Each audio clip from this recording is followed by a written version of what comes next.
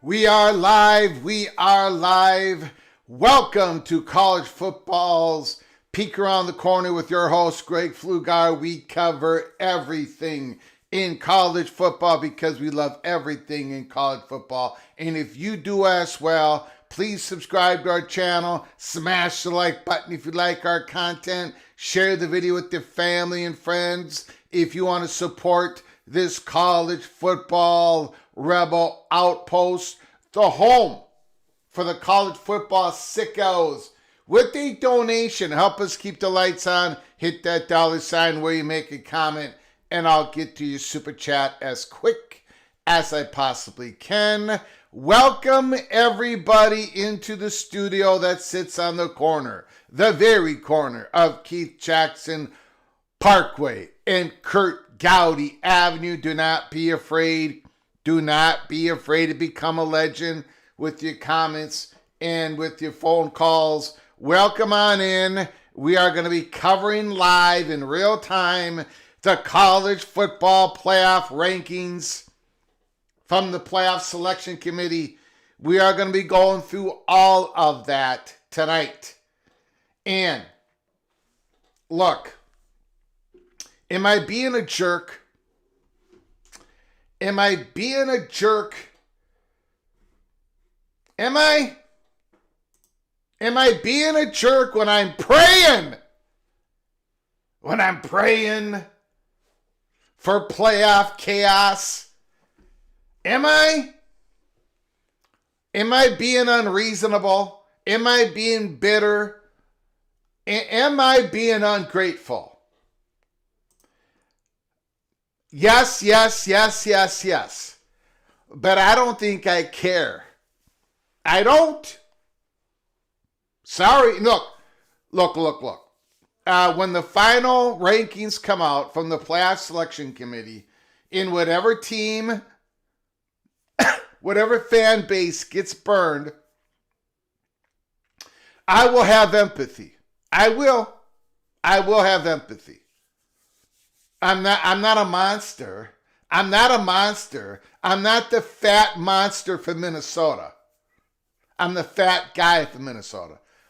But my empathy may not be as strong as it has been in the past.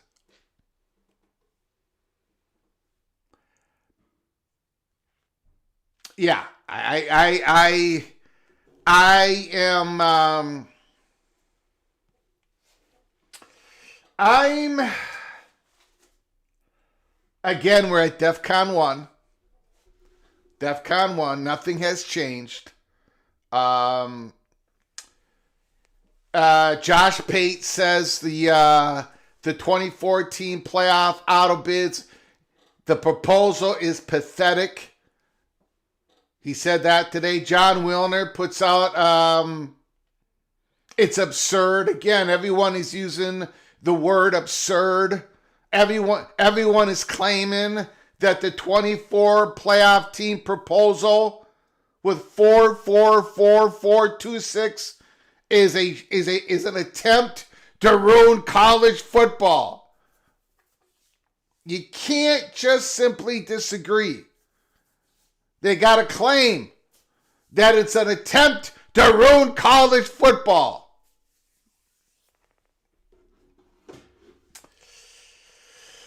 I put out a post, I don't know, I think it was today. I think it was early today, early in the morning. The college football reporters are more gleeful. They have more of a problem with the 2014 playoff proposal. Not that it happens, but they have more problems with the 2014 proposal, the playoff team proposal, than they do with a 2014 Super League. That they're grinning over, that the drool is going down their chins. They can't wait for it to happen. They can't wait for it to happen. I have a completely different perspective on college football. I do not want the G6 conferences to lose access. I want them to have more access. College football has changed. The talent has spread out. The democratization of college football is here. And a lot of people are not, there is a lot of feet of clay out there. There is. The mocking and the ridicule of a larger playoff. All right. Okay. All right. Then there's an article today. I can't remember who it was from. I'll try to find it later tonight. I think it was about Lane Kiffin. Or maybe it was about Sam Levitt. We are going to be going over a little bit of a Lane Kiffin article. From Yahoo Sports and what his plans, what he's going to do. And by the way, let me start off with this. I apologize to Christopher Hooter and the other people in the PATC family who try to let me know that no, Lane Kiffin's family did visit Baton Rouge and other places. I thought that was just, I did not think much of it. And I don't know what to really think of it now, but I do apologize to Christopher Hooter and other people. I saw after the show that people put down in my DMs and I did not see them. Anyways, I apologize. We are going to go through a Lane Kiffin article here in the monologue before we do this real-time coverage of the playoff selections.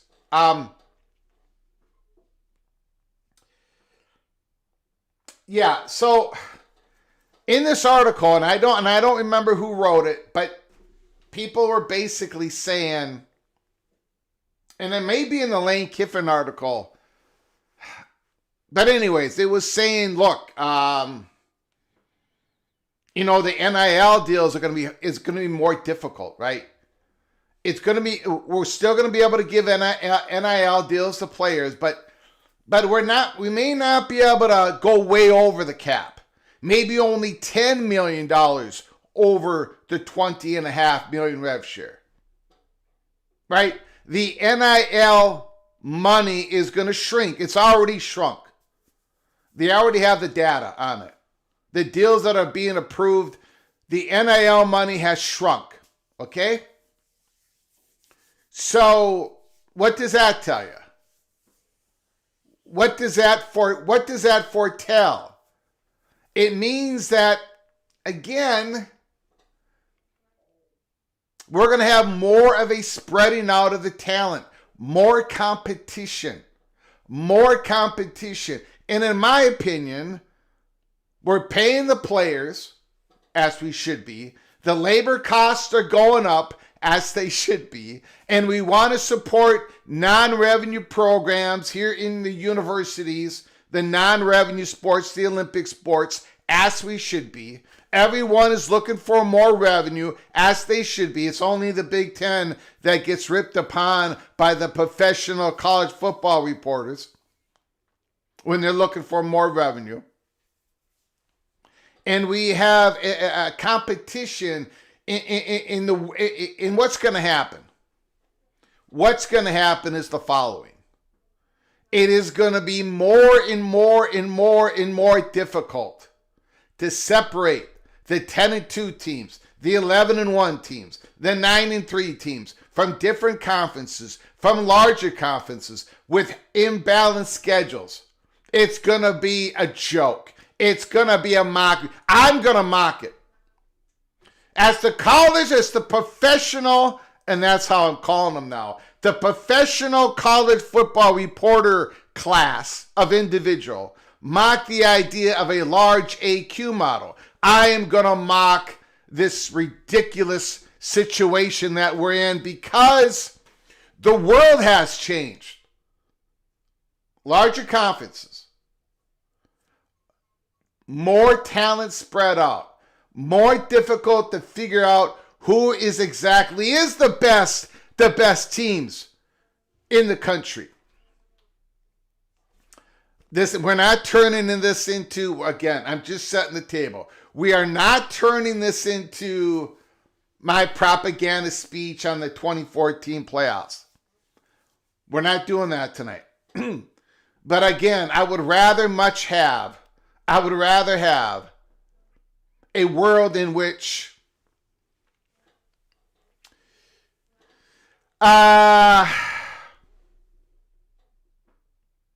there's a 2014 playoffs and the college football playoff selection committee chooses 6 of them versus a 16-team playoff where the playoff selection committee chooses 11 of them. And you better believe I'm going to pound that message home because this is going to be chaos. It is incoming more than ever. There's going to be anger tonight, anger next week, anger 3 weeks from now. And I am waiting here. I am here to enjoy it all. And if your comeback is great, even if you're 20, even if you get what you want, great. And of course, you rarely ever get what you want, great. Even if you get what you want in your 4-4-4-4-6-2 2014 playoff, there are going to be teams, fan bases upset. Yes, they are. That's not going away. The juice, the excitement, and who makes the playoffs, who gets the last couple of large bids, ain't going away in a 2014 playoff. But I'm going to be able to say, well,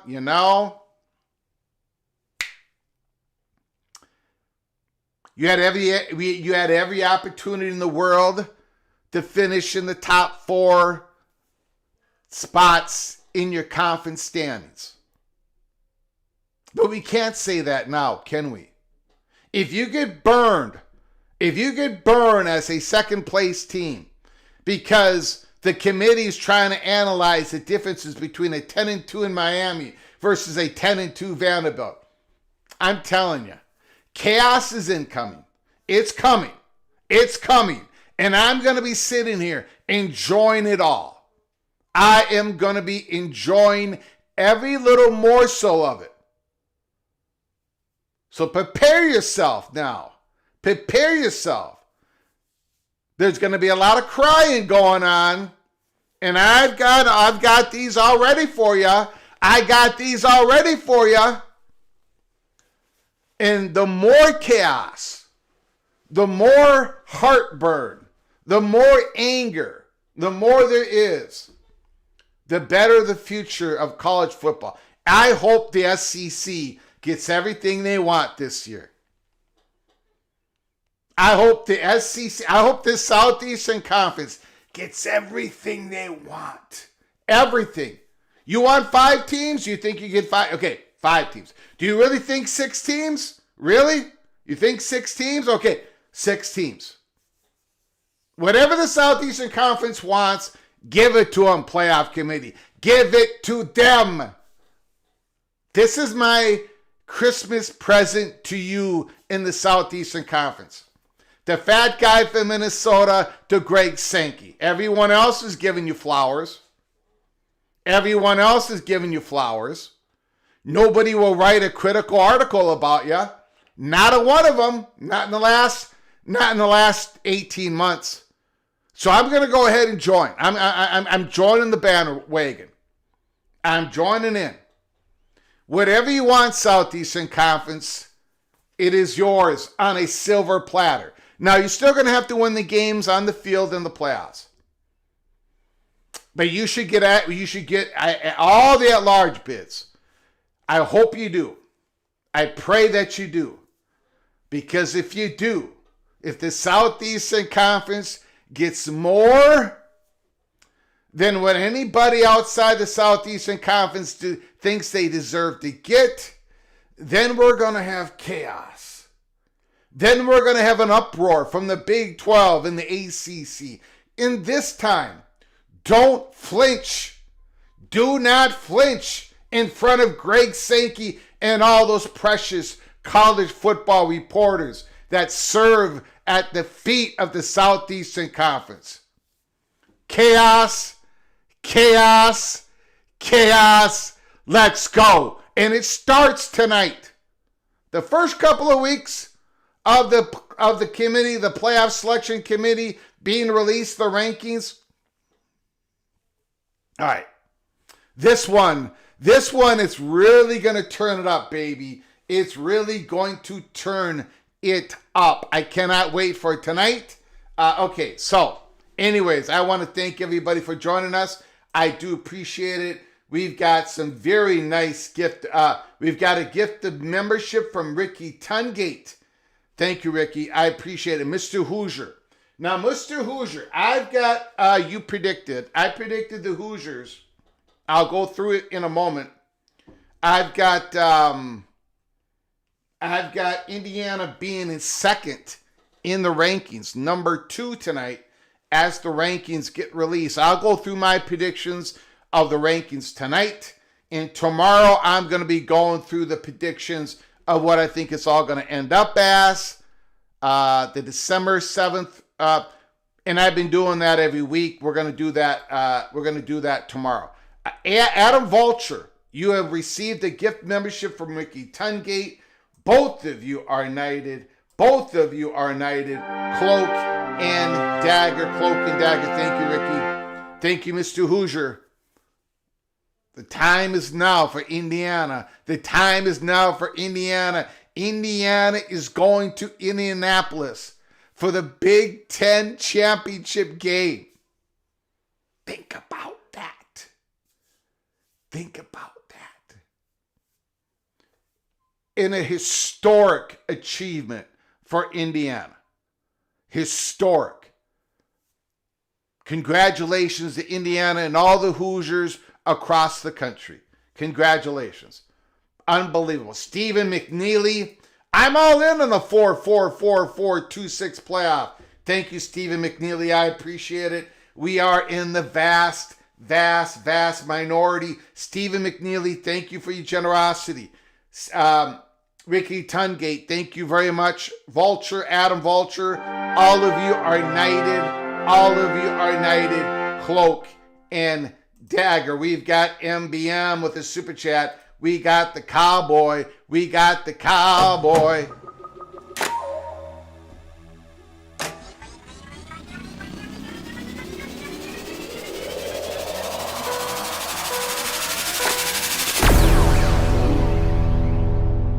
Super chat MBM. I knew the Goldster was an SEC homer. Oh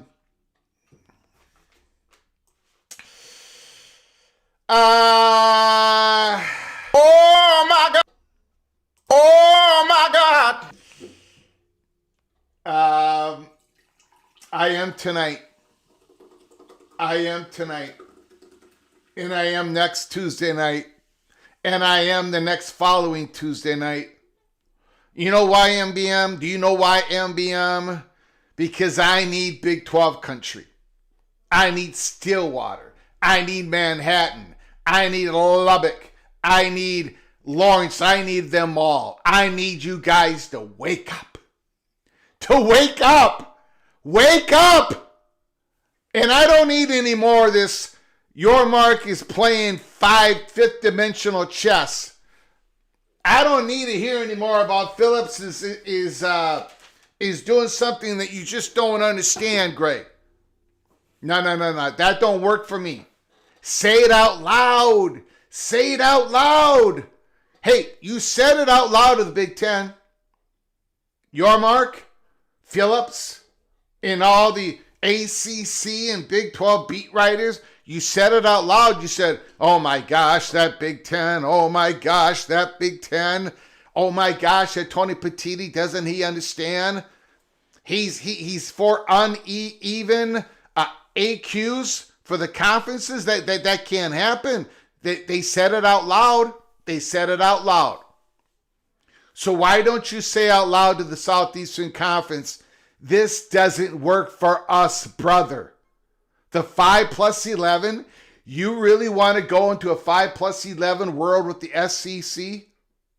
Really? Your Mark, Phillips?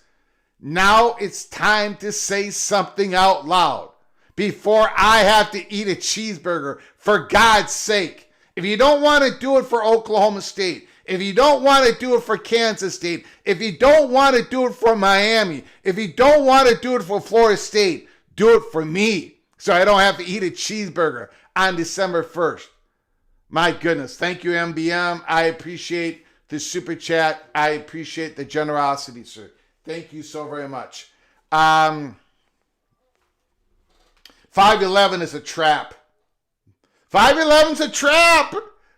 Oh my gosh. Oh God. It's a trap. Numbskull News.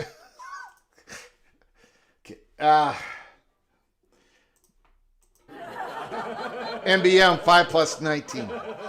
Well, I know the college football reporters would suddenly be for a 2014 playoff if it was 5+19 and it was introduced by the Southeastern Conference. Do I sound bitter? Yes, I do. Numbskull News sees what's going on. 5+19 is not only is it a trap, it's a death trap. Death trap. Don Scruggs is in the house. Georgia. Okay, let me go through my predictions real quick. I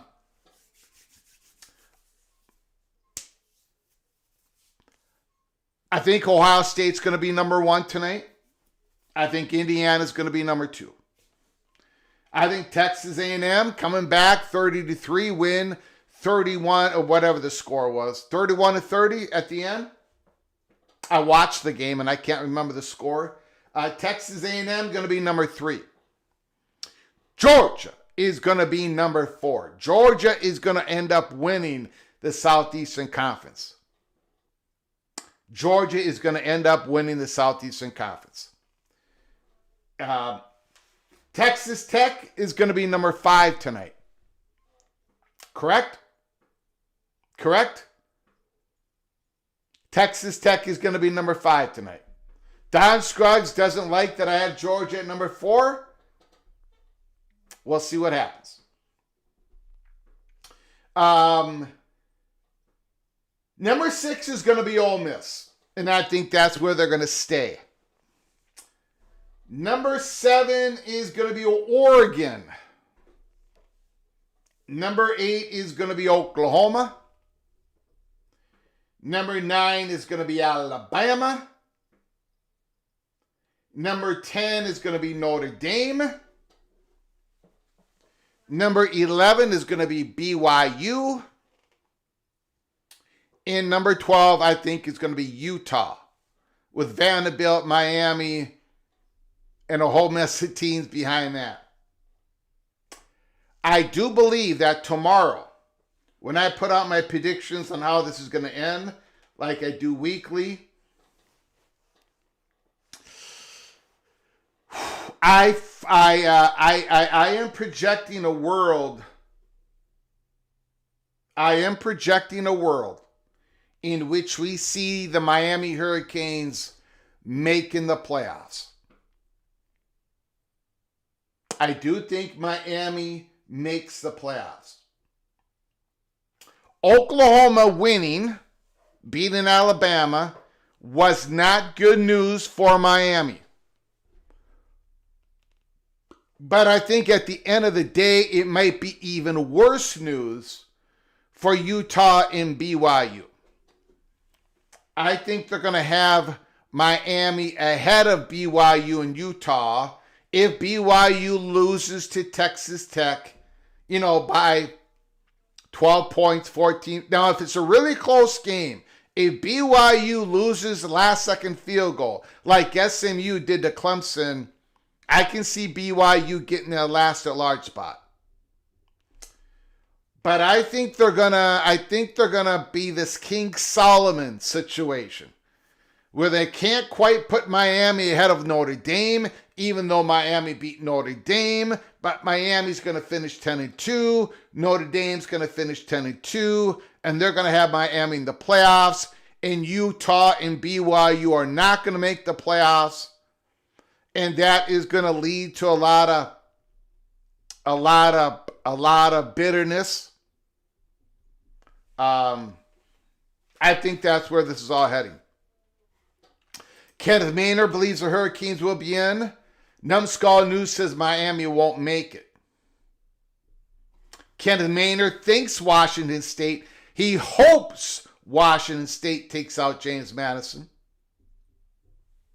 Oregon and Oklahoma has to lose for BYU, Utah to get in. But I would not rule out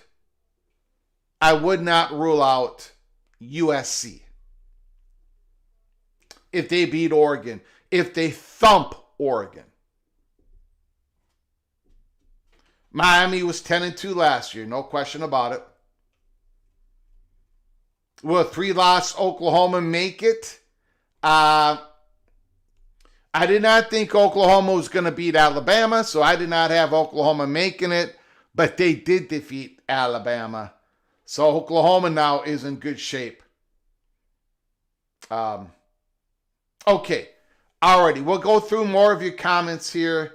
I appreciate it. Of course, super chats supersede everything. Thank you, Ricky Tungate, Stephen McNeely, MBM. I just want to go through a few things here. And then we will get, again, this is going to start in about, holy smokes. It's going to start in 22 minutes from now. So we don't have a whole lot of time. I just want to go into this Lane Kiffin. Again, I want to apologize to Christopher Hooter and other people in the chat, other people in the family, the PATC family. I want to apologize because you guys were trying to give me the heads up. Christopher Hooter gave me the heads up. He gave it to me in a super chat, and I just thought, well, I wasn't taking it seriously. So I apologize to everybody who had their head on a swivel, but I was not listening, and I should have been listening. My apologies. Lane Kiffin's decision now looms over all of college football. Ole Miss, LSU, or Florida. Kiffin's verdict could come sooner than expected, and it's playing out publicly in an unprecedented manner. From Lane Kiffin's office on the second floor of the Manning Center, one must walk the half mile along the exterior of Vaught Hemingway Stadium to reach athletic director Keith Carter's office. Or, as in the case often here, you just ride a golf cart. Either way, it's not too far or cumbersome. In fact, during renovations to the Manning Center, for a temporary stretch, Kiffin moved into Carter's office and Carter moved out. The point is, the two of them are close. We have a great relationship and a very transparent relationship, Carter said from his office last Tuesday. The communication has been great. You want him and the team focused on this unbelievable season we're having. We're finishing strong. We all learned a lot from 2022 when Auburn courted Kiffin, and maybe that one wasn't handled the best way. At least this one has been internally handled really well. A week later, things have taken a turn. Again, Ross Dellinger, Yahoo Sports. The thing has now gone external. Kiffin and Ole Miss seem mired in a stare down, playing out publicly enough to make it wholly unprecedented in the sport. After all, how often has the family of a sitting SEC coach in the middle of one of the greatest seasons in school's history visit not one, but two towns of conference rivals as he debates whether to accept their open head coaching jobs? Gainesville, Florida, Baton Rouge, Louisiana. My goodness. They are courting Lane Kiffin. Just a week ago, during a visit with him in his office, Kiffin sounded like a man generally torn, internally struggling with a difficult decision. Remain at a place that brought you so much happiness and success, 54 wins, a more healthy lifestyle, reuniting with his kids, or leave for a historic powerhouse you dream of coaching as a child, Florida and or LSU. On one side, there's this. I'm happy every morning I wake up, Lane Kiffin said. I have two kids, their mom living here. And then there's the other side. Kiffin acknowledges that he never grew up believing this place, Ole Miss, tucked in a tiny town in North Mississippi, would be the final chapter of his career, that he passed on big gigs to remain at a program that hasn't historically competed for championships. Again, we are in this new era, right? We are. Everyone's wondering, everyone's asking, what will Lane do? WWLD, what will Lane do? But no one truly knows. Possibly not even Lane himself, known historically for his indecision about such moves. He's unpredictable as his play calls, said one industry insider. A nod to Kiffin's mastery as one of the sport's best in-game play calling wizards. What makes him so good at calling plays, said another, you don't know what he's going to do next. Let's set the stage for Kiffin's decision. LSU, Florida, or Ole Miss. And then finally, this part of the article. As it turns out, that decision could come sooner than expected. Though Kiffin told Pat McAfee this morning that a reported ultimatum from Ole Miss is absolutely not true, Carter and his school's administration would like clarity from Kiffin this week during Ole Miss's bye week before the trip to Mississippi State. That much is clear. There is more to the article. I will provide a link in the description box below the video, but that's about as far as we're going to go on that article. Lane Kiffin, what do you think? Ole Miss, does he stay? Or does he go to LSU or Florida? What are you guys thinking? What are you guys thinking? I think he's going to leave. I think he's going to leave. I think he's going to want to scratch that itch. He's gotten a lot of look. Ole Miss has been wonderful to Lane Kiffin, and he's been wonderful to Ole Miss. I hope he stays. I hope he stays. But these guys are so competitively driven. I think it's going to be very difficult for Lane Kiffin not to scratch the itch, to want to go to a place like LSU or Florida. And I do have to say, there was a moment today that I'm thinking, is Lane Kiffin going on is he going on with Pat McAfee to make this big announcement that he's staying at Ole Miss? Well, it didn't happen. So, the further this gets going, the further this goes down the road, and there's obviously reported multiple places that there is a new offer on the table for Lane Kiffin to stay at Ole Miss. The more time he does not take the offer, I think it becomes more clear that he's leaving, because why have the possibility of causing a distraction during your playoff run here in 2025? Why even take the chance? If you are going to stay at Ole Miss, if you knew you were going to stay at Ole Miss, you would have already said it, obviously, right? And if you were leaning Ole Miss, I think if you were leaning Ole Miss, you would not have done that interview with Pat McAfee.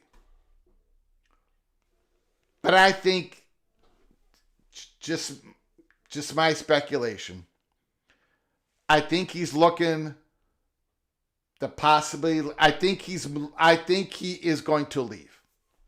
Unfortunately for Ole Miss, that is my prediction. Let me know what you think. Yeah, I think he would have, Don Scruggs is correct. He's had the offer out there. Go Black 45. I think Lane goes to Florida. I think LSU has a real shot at Hypo. Wow.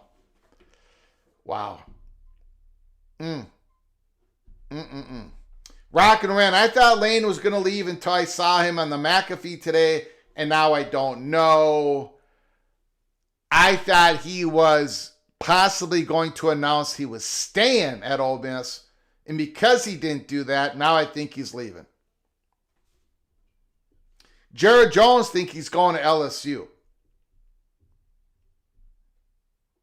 A 10-2 Vanderbilt gets in over Notre Dame. I don't think it's going to happen.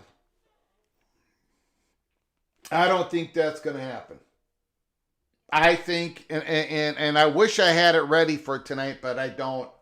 I'll go over tomorrow. I do think I have Notre Dame at number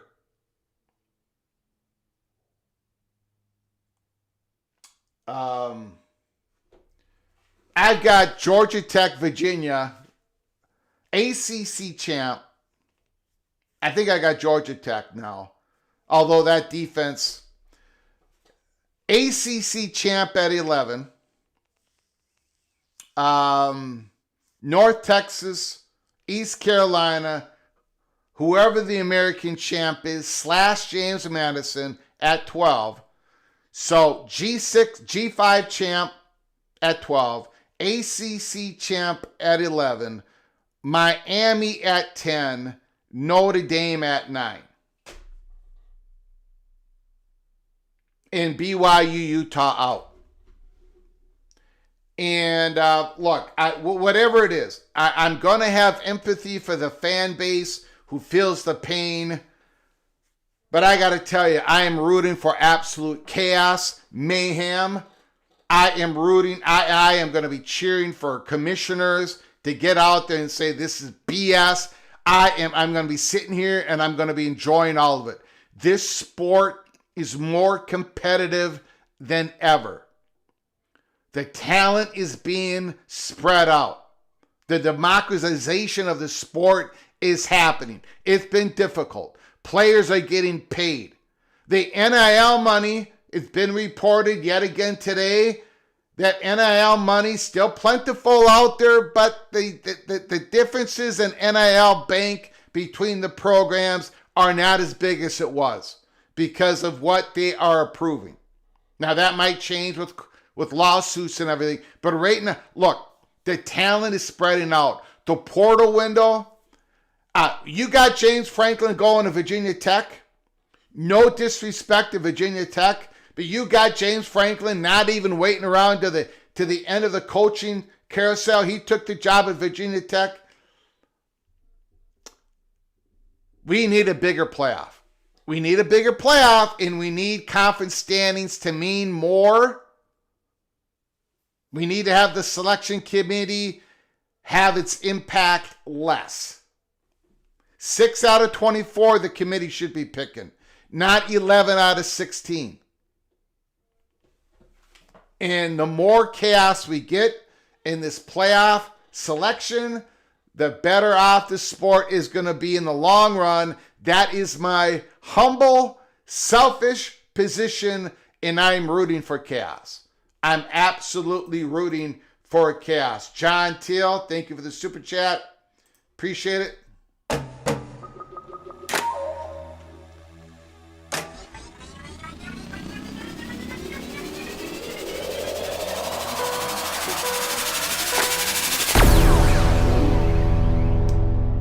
John Teal, $5 super chat. Ole Miss is standing there. They're wearing their bathrobe, shower cap, running mascara, saying, "Don't do this to us." Lane will say, "You knew what it was." $5 holler, John Teal. My goodness. So John Teal thinks that Lane Kiffin is leaving Ole Miss. I think as well. Of course, it can't be an easy decision. It can't be. And all this leads to this, right? We've got news out there. It's been reported that Sam Leavitt, the quarterback of Arizona State, is potentially going to be going into the portal. On3 Sports has got sources telling them that. I believe Sam Leavitt's brother said he came out later today and said that his brother Sam Leavitt, he has not made that final decision yet. Again, I think the world of Leavitt. I think he's a fabulous quarterback. I think he is stellar. I loved him when he was a third string quarterback at Michigan State. That's when I fell in love with him. I think I fell in love with them when the Gophers beat them 34-0, and Sam Leavitt got late into the game, and he was doing stuff that the other quarterbacks in front of him could not do. And then he went to Arizona State, and he has been fantastic. He's got the legs, he's got the arm, he's got the strength, he's got the athletic ability. Arizona State. Now, why is he going to leave Arizona State? Well, I don't think it's about, it doesn't sound like it's about Kenny Dillingham. It's about what Arizona State is going to be able to bring back. It sounds like, from reports, that the Sun Devils are going to lose just about everybody. It's going to be a rebuild next year. And Sam Leavitt wants one more year in college football after being nicked up this year to improve his draft status. So where do you think Sam Leavitt, if he leaves Arizona State, where are those top spots that he would go to? One of them, in my opinion, is Miami. The other, in my opinion, if Josh Heupel stays, is Tennessee. Tennessee, Miami. So, anyways, so that we're going to get more of that, by the way. The transfer portal between January 2nd and January 16 is going to be wild. Absolutely going to be wild. We've got a super chat, Heartbreak 25. We are 6 minutes away, supposedly, of the ranking show.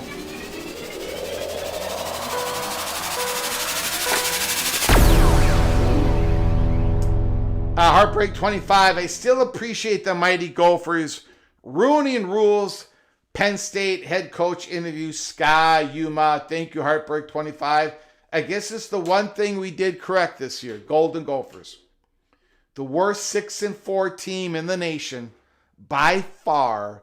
That's the one thing we achieved this year. Thank you, Heartbreak 25. Thank you for the $5 holler. I appreciate it. Rock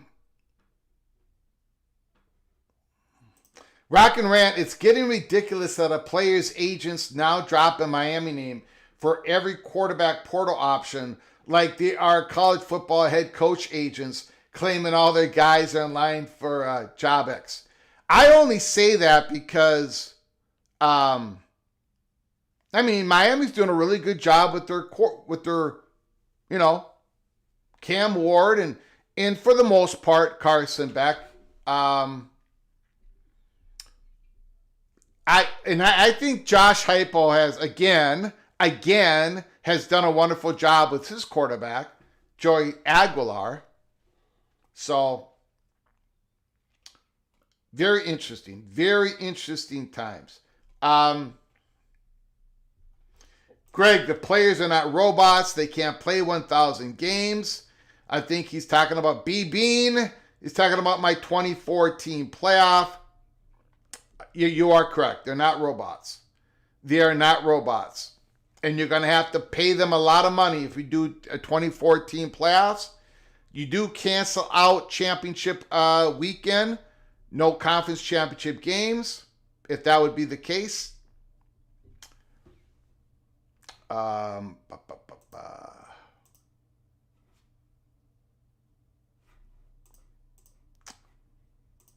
All right, guys, we are getting close. We are getting close here. The college football rankings going to be released. We're covering this in real time. Put down your comments in real time in the comment section.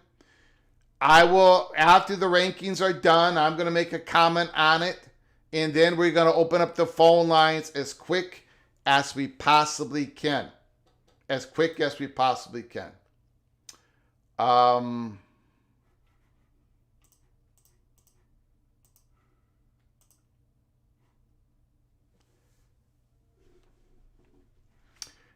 Do not think the Big Ten is adding anybody anytime soon.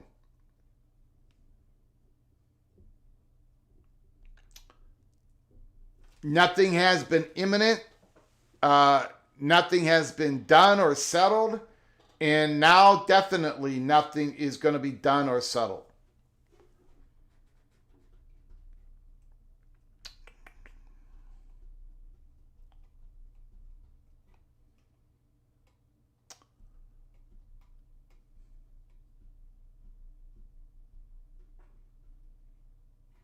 So Alabama or Oklahoma doesn't make it. If Miami is in. I haven't made my final decisions, Tony, on my prediction of what it's going to end up. Look, if it comes, selfishly speaking,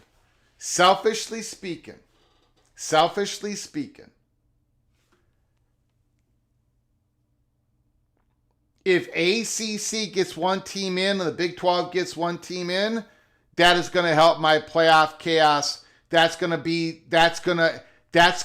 ignite this war and where we need to change it up.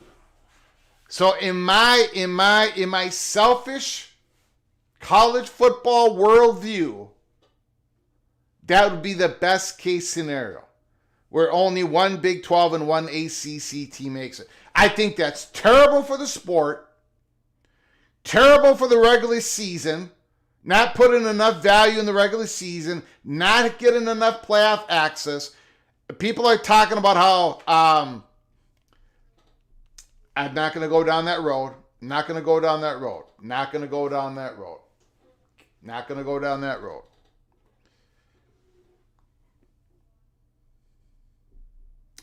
Big Ten can't manage an 18-team league.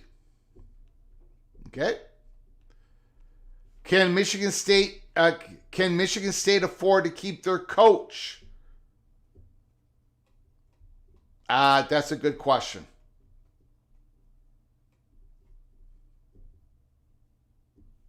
Good question.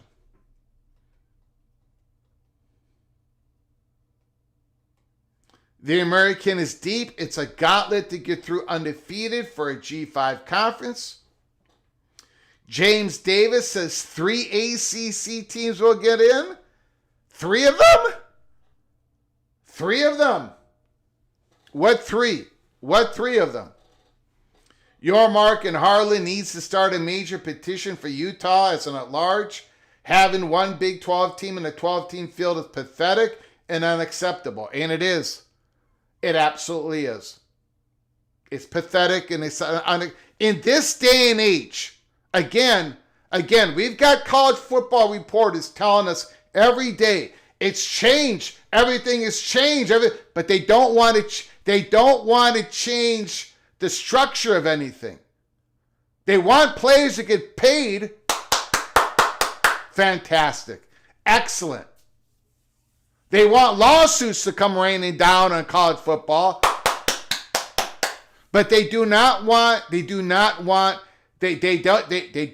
conferences, right? They don't want to modernize the conference, right? They don't want them looking at third-party money unless it's all Super League, 70-team Super League. They don't want to expand the playoffs. They want to have the selection committee to have the biggest impact as possible because then their voices, their votes become more important, right? They carry the narrative, right?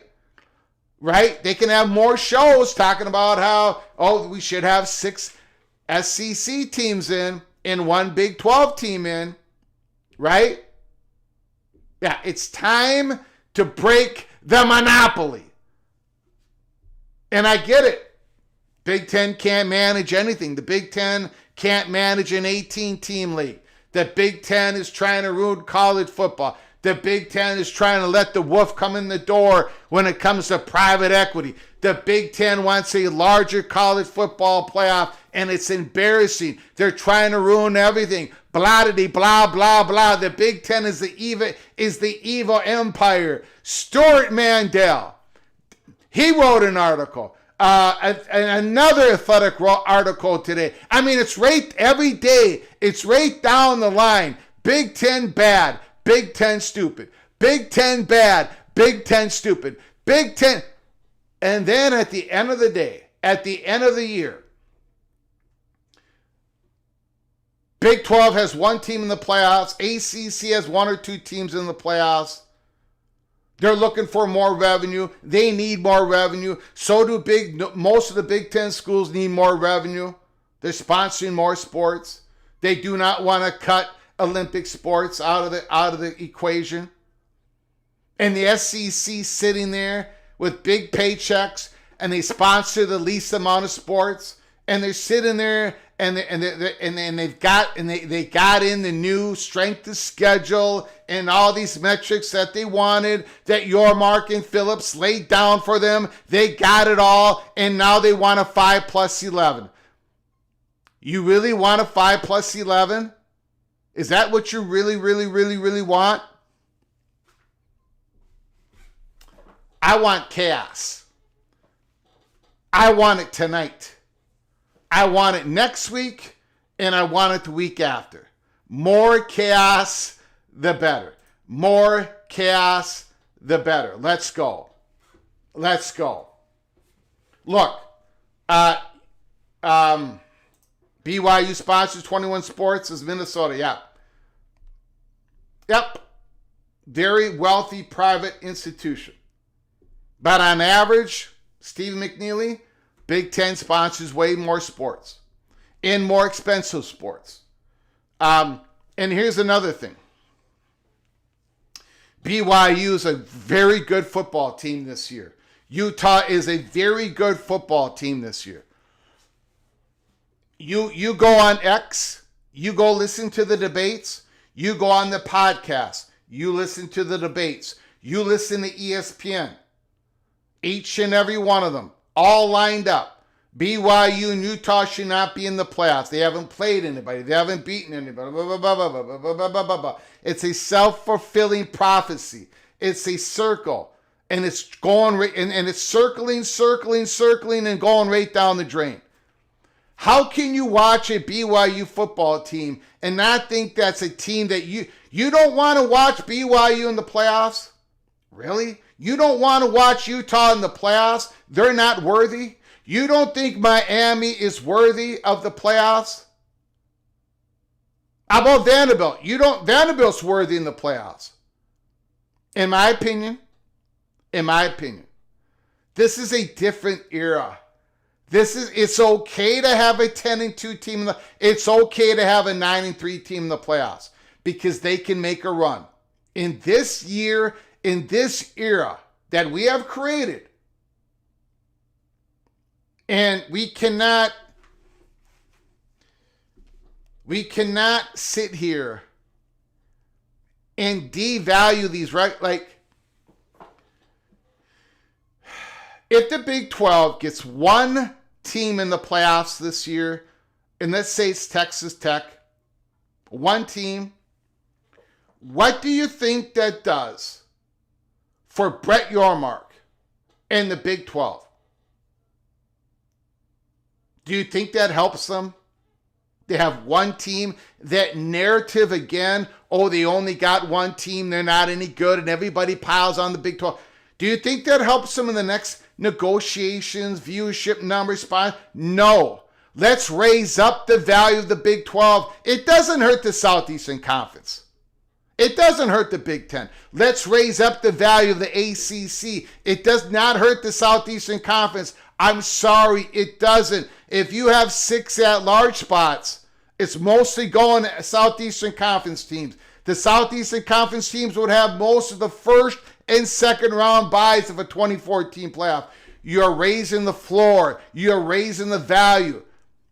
This whole thing, I get it. I get it. Tony Petitti is a moron for proposing a 2014 playoff. Greg Petitti is a moron for talking about UC investment and trying to bring them in. But you know what, guys? You've got raising costs. You've got raising labor costs. And you've got other costs. You've got debt payments. You're trying to support your Olympic non-revenue sports. And yet the reporters in the national conversation, every time someone wants to try to raise revenue, it's no. That's just terrible. That's just terrible. You can't do that. You can't do that. You can't do that.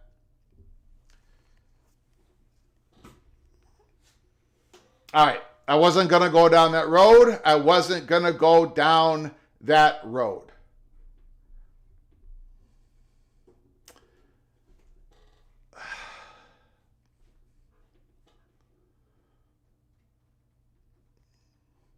James Davis, the Big Ten and the SEC want the other conferences down so more people watch them over the other two. Again, the Big Ten can't win either way. They're proposing a 4-4-4-4-6-2 playoffs, and yet they get criticized like this. James Davis is not the only person out there saying that. But yet they get criticized for being idiots for wanting a 2014. Like, either way, the Big Ten comes out as the evil empire. And that's why we are at DEFCON 1. That's why we are at DEFCON 1. Okay, we're getting ready here. We're getting ready. Poor victim complex. Poor Big Ten. Again, MBM, we've given you a fig leaf. We gave MBM a fig leaf. And what did MBM do with it? He took it, threw it on the ground, and took his cowboy boots and stamped it. At least Wisconsin stinks. Expedition Greg, thanks for coming on in. The Buckeyes will be back-to-back national champions. I agree with Vox. I agree with that. Greg called the Big Ten the evil empire.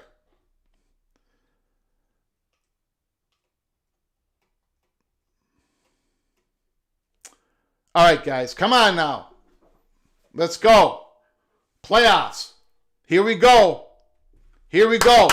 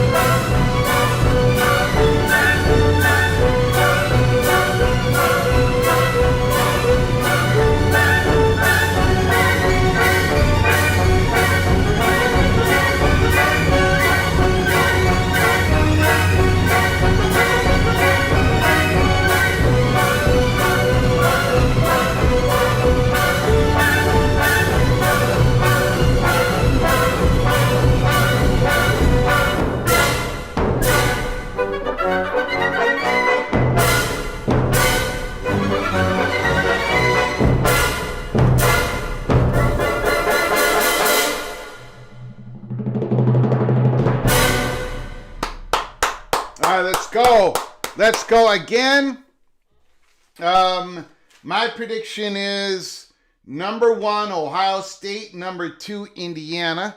Number 3, Texas A&M. Number 4, Georgia. Number 5, Texas Tech. Number 6, Ole Miss. Number 7, Oregon. Number 8, Oklahoma. Number 9, Alabama. Number 10, Notre Dame. Number 11, BYU. Number 12, Utah. That is my prediction of what is going to be put on the screen tonight. That is my prediction. And then basically number 13, Vanderbilt. Number 14, Miami. How well do I think Minnesota will fit? I have no idea. They got a pretty big high school recruiting class. I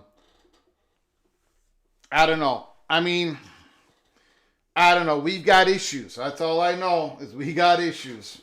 We got issues. We got serious issues. I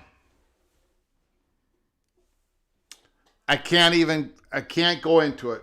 It's too large of issues, and it would and it's too depressing. All right.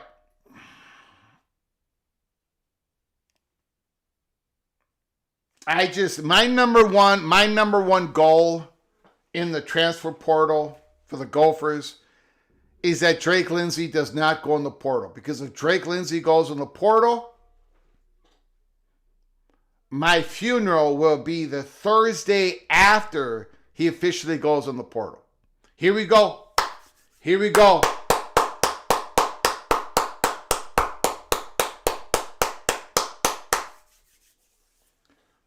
All right, guys. All right. Let's do this thing. Thank you for all joining. Thank you all for joining us here. College football playoff rankings being released right now. Put down your thoughts in real time.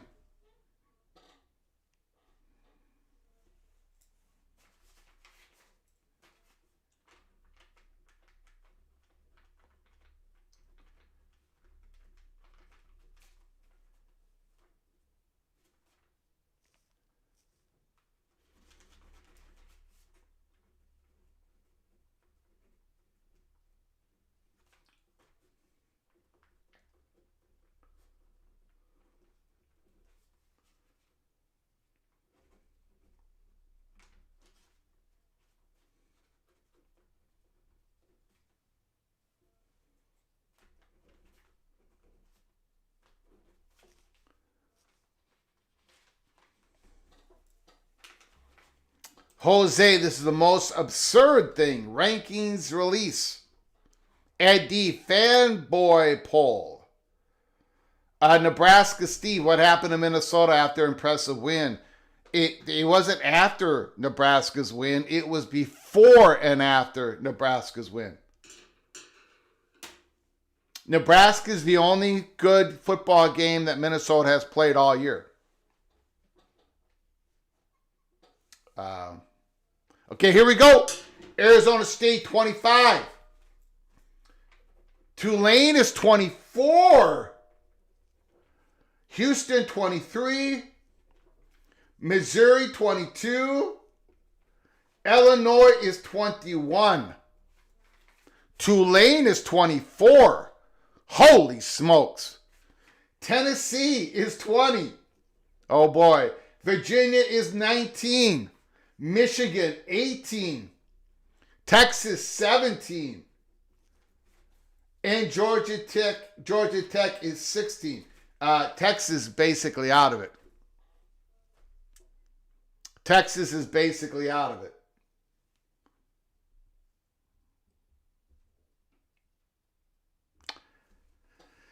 Virginia at 19. Woo! Georgia Tech at 16. All right. Texas going down 7 spots. Wow. Wow.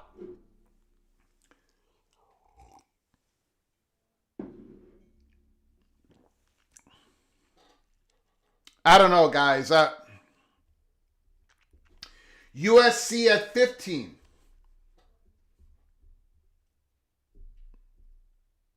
That ain't bad for USC. That ain't bad. That ain't bad. Ain't bad. Great for Trojan. That ain't bad. That's a pretty good spot for USC. Vanderbilt at 14. Again, USC can jump Vanderbilt. USC beating Oregon and Vanderbilt beating Tennessee. USC will jump Vanderbilt. Miami at 13. Okay, and that's what I thought. Miami, Vanderbilt, 13 and 14. This has gone the way that I thought it would go. This has gone the way that I thought it would go.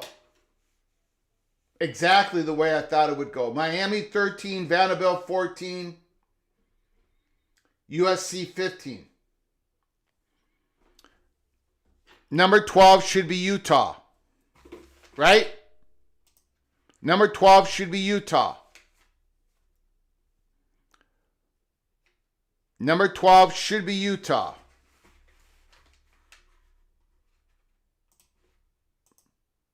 Number 12 is Utah. Number 11 should be BYU. I'm not saying should like that. Yeah, there it is. Number 10 should be Notre Dame. It's Notre Dame or it's Alabama. It's Notre Dame or Alabama. It should be Notre Dame, number 10.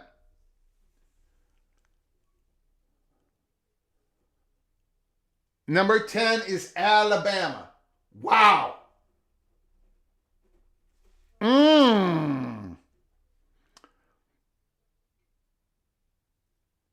Boy. All right. Okay, so Notre Dame is going to be 9.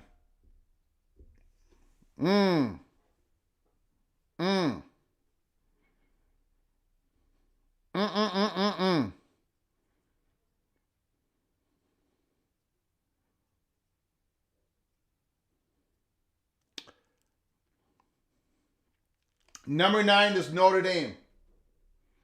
I tell you guys, well,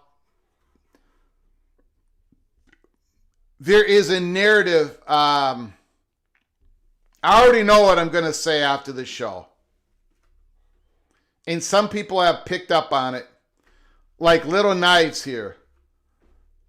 But other...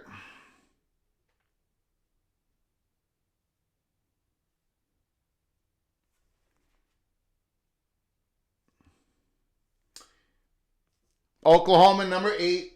Looks like I only got one wrong here. Alabama, Notre Dame, I had a do-si-do. Number 7 should be Oregon.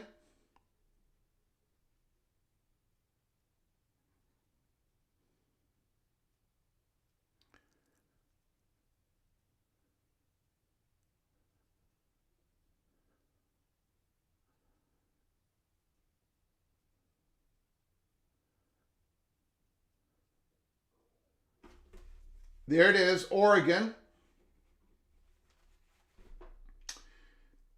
Number 6 should be Ole Miss. Okay, so this was pretty predictable here. I mean, when you got Greg the Cooler basically announcing this about 30 minutes ago, Ole Miss, number 6. Number 5 should be Texas Tech.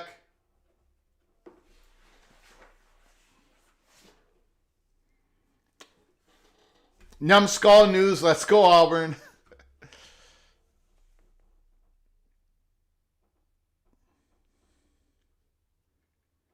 There it is, Texas Tech. Number 4 should be Georgia.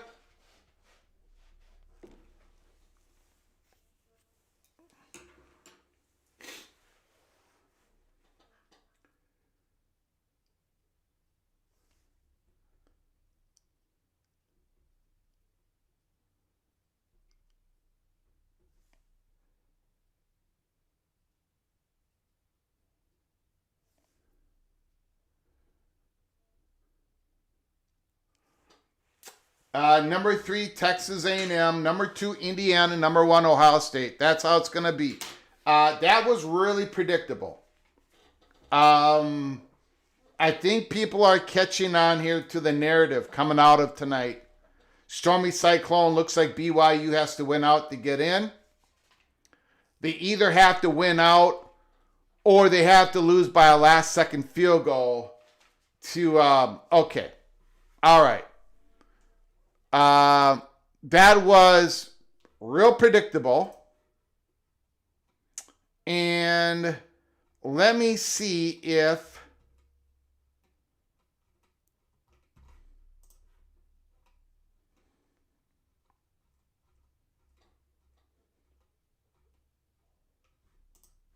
okay, so there it is. All right. So there is the college football playoff rankings. Now, I'm going to give you my commentary on it, and I'm going to open up the phone lines quickly after. This is basically how I thought it was going to go. The only difference is I thought they would have Bama at 9 and Notre Dame at 10. But this is how I thought it was going to be. I had BYU at 11. I had Utah 12. I had Miami at 13, Vanderbilt at 14, and I actually had USC at 15, and I actually had Texas at 16. And then Georgia Tech at 17. I don't think there's a... so I think that doesn't make a difference. Look, Georgia Tech is going to have to win the ACC championship game to get in, and they might, right? Michigan is going to have to win out and beat Ohio State for them to get in. Virginia is going to have to win the ACC championship game to get in, and I don't think Tennessee has a shot. Illinois has a shot. Texas has a shot. Missouri has a shot. So at the very back of the pack here, Tulane, right now, they've got the inside track. But again, whoever wins the American is probably going to be the G5 representative in the playoffs. Or it's going to be James Madison. Okay. Virginia needs to win the ACC championship to get in. Michigan needs a clean sweep and beat the Buckeyes once again to get in. Georgia Tech needs to win the ACC championship game to get in. USC, in my opinion, has enough juice to climb over Vanderbilt, Miami, Utah, and potentially BYU. If USC beats Oregon, they're going to climb over the top of a lot of these teams. If Vanderbilt beats Tennessee, it's going to be real tight with Utah and BYU if BYU loses the Big 12 championship game. Miami, they're coming, and I think they might have enough juice to climb over Utah and BYU. The playoff committee, that's how I think they're going to be looking at it. The question is, if USC defeats Oregon 33-30, does Oregon drop in back of Miami and Vanderbilt and Utah and BYU? If Oregon loses by 15, do they definitely drop back? If they lose a close game? Basically, my narrative coming out of this, what I think is the narrative, is BYU and Utah, they've had very good seasons. Very good seasons. And I think the rankings have got it set up where they probably are going to be jumped by somebody. Vanderbilt or Miami. And if USC beats Oregon, they're definitely jumping over them. BYU really has to look at winning the Big 12 championship game.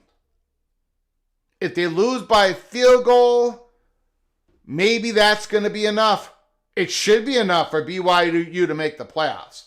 In my opinion, of course. I think this BYU team is a very good football team. I think Utah is a very good football team. I think Miami's a very good football team. I think Vanderbilt is. And I've loved watching USC play this year. But I think Utah and BYU are being set up here to be jumped. I think they're going to be, I think BYU's probably going to have to win the Big 12 championship game. And I think Utah is more likely to get jumped than less likely. And plus, of course, they would not make it in at this point anyways, because you need to have the G6 representative in at number 12. So again, the Big 12, and again, I sound like a Big 12 homer, and I'm not. But the football has been too good in the Big 12 to only get one team in. I get it. Alabama, very good team. Notre Dame, Oklahoma. I get it. There ain't enough spots, in my opinion. This is going to cause a lot of controversy.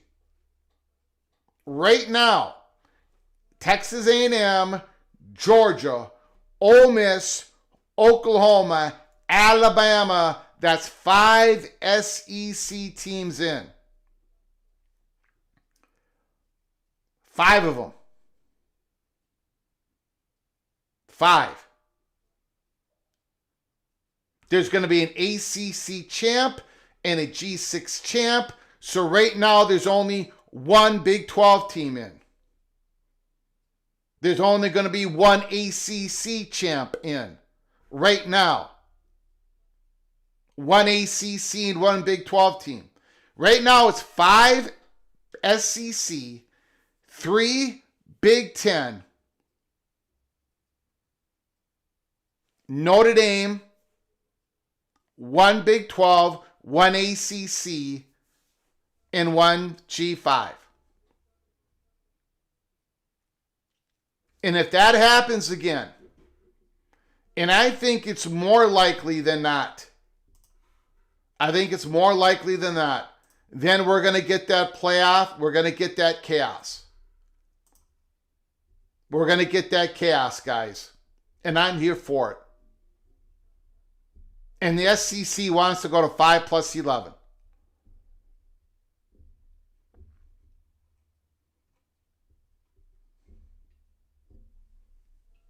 I don't think USC has a hard time getting in. They beat Oregon. I think they got a better than 50-50 shot. Not a whole lot more than better than 50-50, but a bit better than 50-50.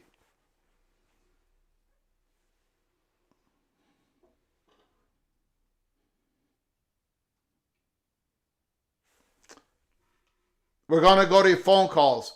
Super Chat, Kenneth Maynor, Super Chat. I think the Big 12 is going to get screwed again.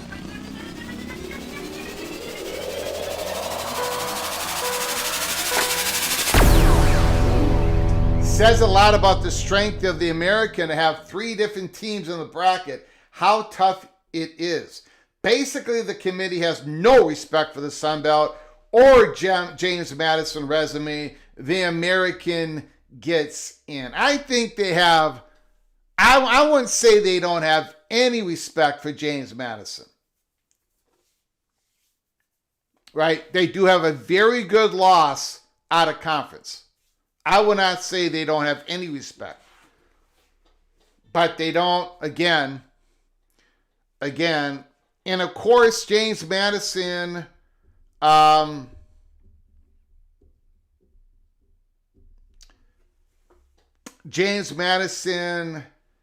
yeah.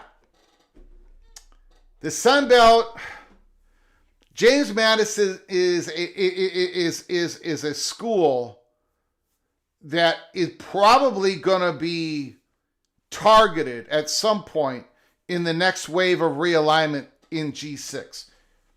Man, it's not just about this season. Of course it's not. James Madison is going to be a highly sought after G6 school.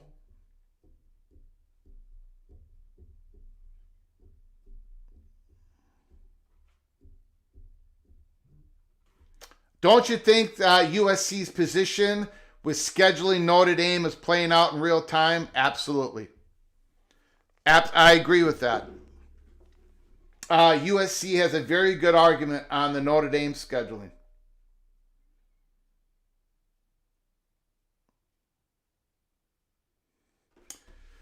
Doug Steinhauser says, will Oregon still get in at 10-2 again? Are they going to, if they lose to USC, are they going to get thumped?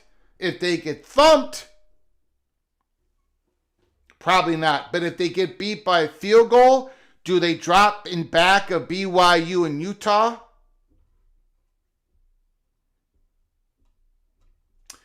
Let me put it this way, and I'm going to get people upset with me. And again, I think there's a better chance of Oregon and USC both making the playoffs than Utah and BYU.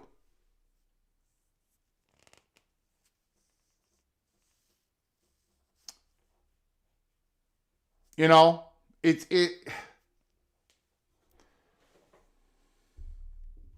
We are going to go to your phone calls. We are going to go to your phone calls right now. The phone line is open. 763 260 1333 763 260 1333. Let me know what you think of these playoff rankings. What does the future hold? Call from Rick. Rick, thank you for calling. The floor is yours. Hey, Greg. I was wondering who misreported that the 16 teams and the UC retirement system have a deal. The report from Yahoo Sports was that the deal was still the offer was still there at $2.4 billion. And maybe it was. Maybe it wasn't misreporting. Maybe in the last couple of days, UC Investments said, well, we'll just go ahead and put a pause on it. Who at Yahoo? Yeah. Huh? Ross Dellinger. And it might not have been misreporting. It might have been at the time. Dellinger reported it, but it really wasn't a deal. No, I'm not taking it that way. Ross Dellinger reported that the offer would still be on the table, according to his sources, and the money would be in escrow. He probably had that reporting correct, but things change. Things change all the time. In other words, that report might have been correct when it came out, and that when it came out, I said, Michigan and USC, where is their leverage? Where is their leverage if UC Investment is going to keep the offer the same? But if UC Investment then said, and it looks like they did, well, we're gonna hit pause on this. We want more, talk about this more. Well, suddenly they do have their leverage back, and so now it's on pause. Maybe it was misreporting. I don't know if it was or not. And you didn't have any other reporting from any of your sources? Nope.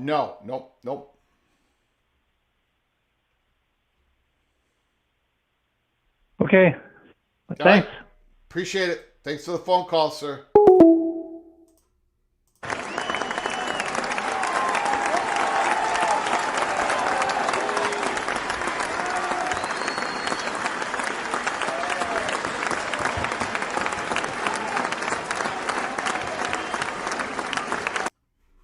Tough Tony, Notre Dame lost by one score to the 3rd and 14th team in the country. Not terrible losses. Call from Rock and Rant. Rock and Rant, the floor is yours. What do you got to say, sir? Well, I mean, look, if you look outside of the last couple ones, and let's focus on the bottom of the poll, but for the most part, you've been losing, other than Iowa against Oregon, that super close game where they only fell one, but they were still down in the 18, 19, 20 range to begin with. Everyone's basically fallen between, for the most part, between 5 and 8 spots, right, when you lose, period, in the top 10. That's almost always the case. So I wasn't necessarily surprised that Alabama fell that way. I think the thing that they're doing personally, and it's because I'm biased, so I know it, is I thought that Notre Dame would fall to 10 and they would keep Alabama ahead of Notre Dame, because although Notre Dame has 2 quote unquote good losses, they don't really, their best win is SC, which is getting marginally better each week, right? SC moved up 2 more spots.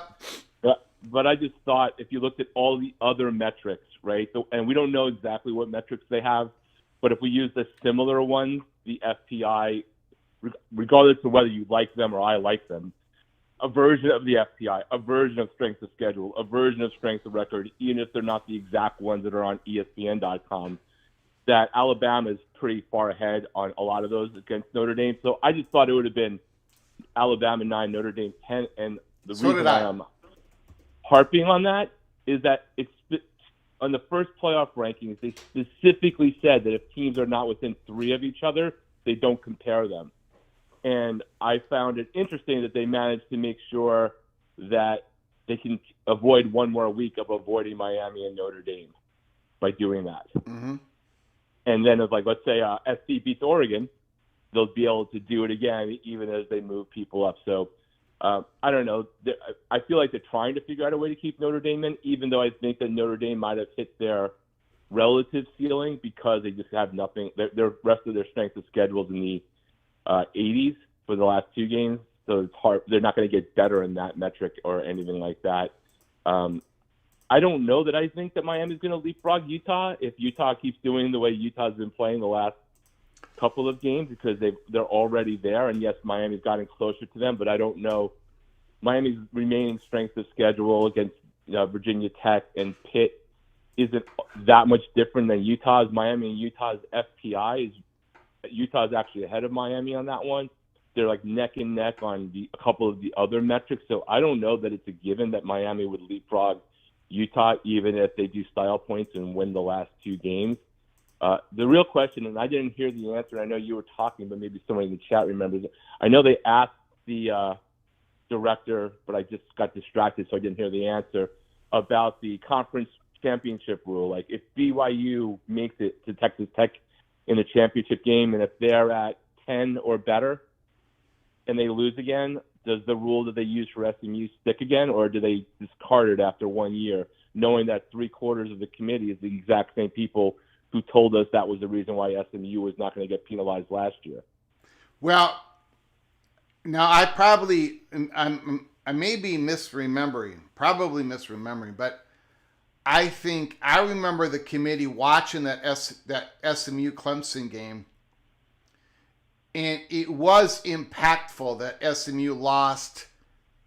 They were down in that game. They came back, right? And I think but before, yes, you're 100% right. It looked worse and it got better. But I'm pretty sure, and I could be misremembering as well, that before we even got to those games, that they had made some sort of like college football committee theory rule, and I'm happy to be corrected on the timing, that they were not going to penalize people who were already in the playoff for losing a conference championship game because they made it to the game, right? And I don't know if they gave us some corollary of, other than if you're in the 12th spot or the 11th spot, if we need to bump up for 2 of the 5 conference champions, which we can't control. Yep. But other than that you were not going to get penalized if you made it to your championship game and you were in the playoff, quote unquote, before you got to that game. So now I didn't hear what the new director, and who knows, maybe he'll be thrown out by next week, what the new director said when they asked that question. So I'll have to go back in and watch it unless somebody answers in the chat. I don't know if you caught it. We could. I can't hear the announcers, but we could. And I'm just throwing this out there. We could technically be in a situation in which BYU would not be in the playoffs when they play the Big 12 championship game. They're not in the playoffs now, technically. And very true. So, very true. But I wonder what happens if BYU. It's completely plausible. Like, there's not anything can happen in college football, right? Yep. So other than, I don't think Alabama's not playing Mercer this year. They're playing somebody I didn't even know less than Mercer. But that's unlikely to happen, right? And Oklahoma's schedule looked brutal these last 2 games of the year earlier in the season, right, when it was Missouri with a healthy quarterback and LSU. But now Missouri might be getting their quarterback, and they showed a lot of guts last week without their quarterback. So they could lose. And Oregon could certainly lose to USC. But the USC is an interesting one, too, because they would then have beaten somebody who might not be 7 anymore or 8 or whatever it was tonight, but it's probably going to be no worse than 15 because they haven't dropped anyone more than 8 spots.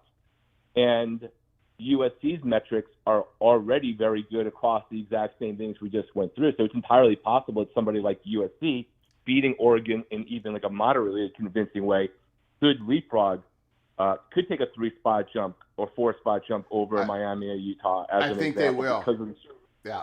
So I don't know that it's as much of a, and I'm not like doing woe is me for Miami. We should have taken control of things. My only thing about all of this is not so much woe is my school, we screwed up, is apply the damn rules the exact same damn way every single damn time. Yeah. Right? Yeah. And don't make up things that don't exist in the rules you gave us. If Yeah. the College Football Playoff Selection Committee thing said the trend matters, then great. Put it as a bullet point and the thing we can all see. If Yeah. it says when you lose matters, great. Put that on the damn rules. You should show us the metrics. It's not like some other phantom college football league is going to do a different playoff against you and steal your proprietary information. Share that with us, even if 30% of it's still subjective or whatever else it might be. But just apply things the correct way. And I use Miami only because I know it the most. You know, if big things are head-to-head and common opponents, then use head-to-head and common opponents. And then it better be significantly different on the quote-unquote eye test or some other metric that we don't have visibility to explain away if you have played common opponents and you beat them, or if you beat the other team, or, you know, whatever it might be. Just apply it the same way so we all don't think there's a question about it. And if it's clear on those things, you better damn well explain that other part of the committee's eye test, whatever the hell that crap means, in a way that doesn't look as biased as it is. And if that means that my school gets screwed, fine, it'll be 2 years in a row. What I don't want to be is, last year you killed my school, understandably, for not having a good win, and this year you kill them for the other reason. Yeah. Well, so again, I'm not pro Miami. I'm not anti Utah. Okay, I'm gonna get accused of about 5 different things tonight, but I'm trying to predict what the playoff committee's gonna do. Right. So they've got Miami right in back of Utah, and again, I want to say this. I think Utah is one hell of a football team this year. I do. I think BYU is a damn good football team. I've been saying it all year. Even that Utah-BYU game, I gave the tip of the cap to BYU because they were able to figure out Utah. But other teams just don't have the ability to play with Utah because Utah's a damn good football team. Miami is a damn good football team. Miami's got absolute studs. And so if Miami goes on the road to Virginia Tech and they beat Virginia Tech, and they go on the road at Pittsburgh, and Pittsburgh still might be playing for a shot at the ACC championship game, and they beat Pittsburgh, I just think that's going to give them the juice to go over a Utah and probably a BYU. I just don't see that the same way at all, because I see what Utah metrics are, and they're booming people at the same rate. So I don't, and I'm not even saying that Miami should, to be clear. Like, I'm not taking a shot at Utah. I think that Miami needs 3 teams to lose to get there ahead of them, personally. I think Utah is a lot like Indiana last year, where they have been consistently crushing people. They are a really good football team. Okay, like they're really good. Like they're really, really good. But all that is sort of baked in right now. And when you bake Utah in and all the ingredients and you put it in the pan and you bake the Miami, Utah is 1 spot ahead of Miami. So I'm thinking, okay, the next 2 weeks, what does Utah have left to improve what they got in the pan? And what does Miami have left to improve what they got in the pan? And I think Miami has a little bit better ingredients to jump Utah. Well, here's the last thing I'll say, and you didn't get to hear the guys speaking. I heard all of it except for that last question. This is why I think I disagree with you. When they asked, this is why I think Miami would need 3 teams to lose. All right? And I think Utah probably needs 2 teams to lose, and I think BYU needs a team to lose ahead of them. when they asked the committee chairman about the head-to-head committee thing between specifically Miami and Notre Dame, they specifically said that they're still not in the same tier, so it gets that 3-team gap rule that they talked about in the first week of this season's playoffs. And then they went into because they're not considering head-to-head yet because of the tiers. Then Notre Dame has their two losses are to essentially the number 3 team and the number 13 team, right? And Miami's are to teams that are not currently ranked in the playoff. Well, Utah's 2 losses, since apparently it's about losses this year, Utah's 2 losses are to what? Number 11 and number 5? Even if they don't have as good of a win on paper as Miami does over number 8. And then when you look at FPI and strength of schedule and things like that, Utah and Miami are like kind of in the same tiers, so to speak, almost every time. So that's my 2 cents. I've been babbling on too long. I'm not even out here like crying for Miami. I'm just trying to explain what I think and why I don't think Miami's going to jump over those 2. And I think Miami needs 3 teams to lose. I think Utah needs 2 teams to lose. And I think BYU needs a team to lose, barring whatever happens with the championship, of course, for them. You got it, buddy. I appreciate the call, my man. All right, man. Be good. Yep.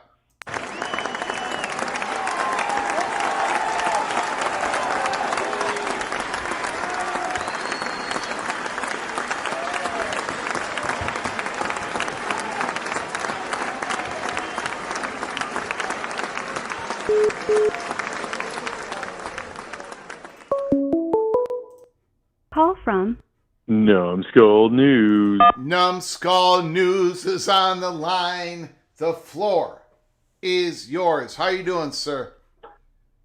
Oh, pretty good. But I look, you and Rock and Rant were talking a little BYU, a little Utah, a little Miami. Yeah. Here's the thing about BYU. They control their fate. That's what the CFP is saying. They're saying, hey, BYU, win out. Yeah. And then go win the Big 12, and you're in.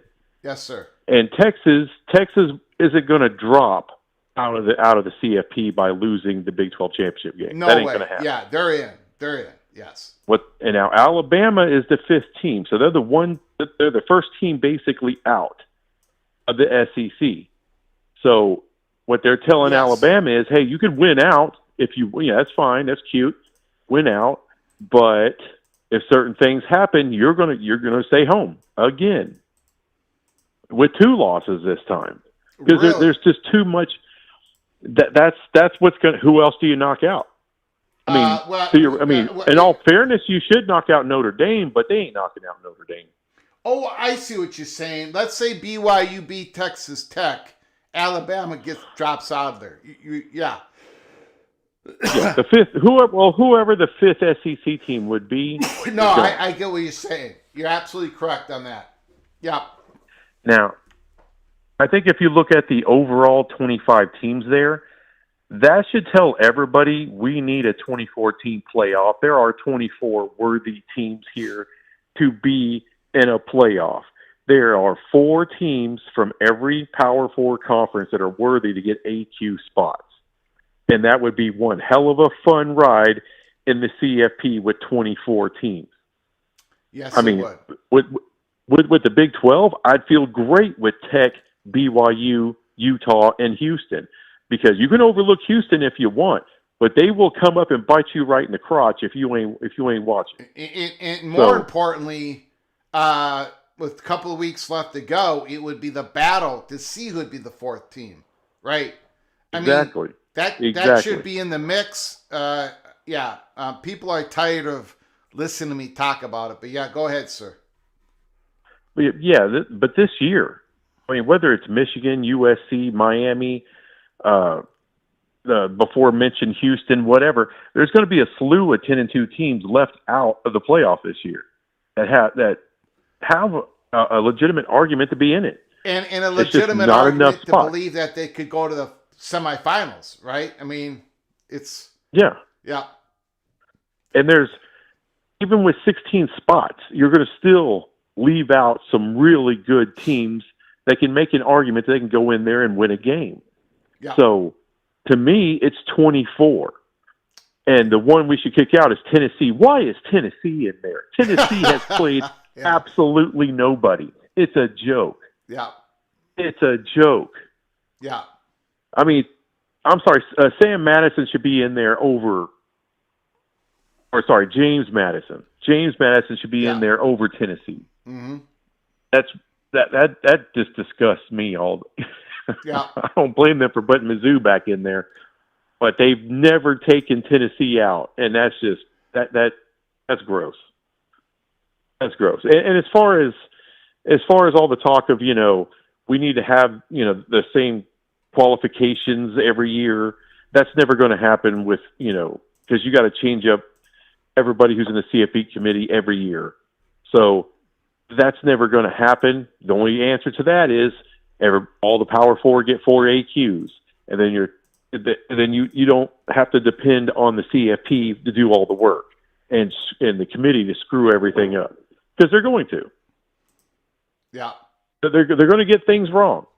You're going to have a big old eye roll at somebody. Right now, for me, it's Notre Dame. Why are they in the top 10? They shouldn't be in the top 10. I mean, congratulations, you beat USC, great. And speaking of that, one other thing. Yeah. I am no longer doubting Oregon. I know it's been the late in the season, it's been the cute thing to go out there and say, well, they got to go to Iowa, and sure enough, it was a tough game, and the weather. Guess what? They won. Yeah. That's what Oregon does. They just find freaking ways to win. I am not doubting them. I have all the confidence in the world. They're going to be the third team of the Big Ten in there, and they're just too well coached. They recruit too well. It's just got to get and I don't healthy. like their coach. They got to get healthy. Yeah, they got a bunch of guys. True. Out, so yeah. Well, they got a bunch of guys behind the guys. That's the thing. I know, but they're not going to be like when they played the Gophers. They were out their best 2 receivers. Their tight end was nicked up, but yet we couldn't stay within 15 yards of them. But against USC, Oregon's going to score against USC, but that USC offense is pretty unique. That running game that the Trojans have is pretty damn dynamic. So that's going to be a very interesting game this weekend. But I agree with you, Oregon. Dante Moore, man, when he's hot, he is hot. But can I ask you a question? Numbskull News. Yeah. About the Big 12. Oh, TCU's not in this, unfortunately. Unfortunately, but I watched some of that late at night TCU BYU game, right? And yeah, don't remind me of that. Yeah. Again, BYU is a really good football team. I mean, they're really good. In my opinion, they're really, really, really good. Okay? Bear Bachmeier, you saw what they did at TCU and the other teams. They're really good football team, okay? So this is what I'm trying to get at. BYU is 11-1. They go to the Big 12 championship game. They might be only ranked like 11 or 12. They might not move up until the Big 12 champ. So they're playing Texas Tech, right? And right. Texas Tech is nasty good, right? I mean, they beat up BYU. That defense is either the best in the nation or second best in the nation. I think Texas Tech's only Achilles heel, it may be the health of the quarterback, but whatever.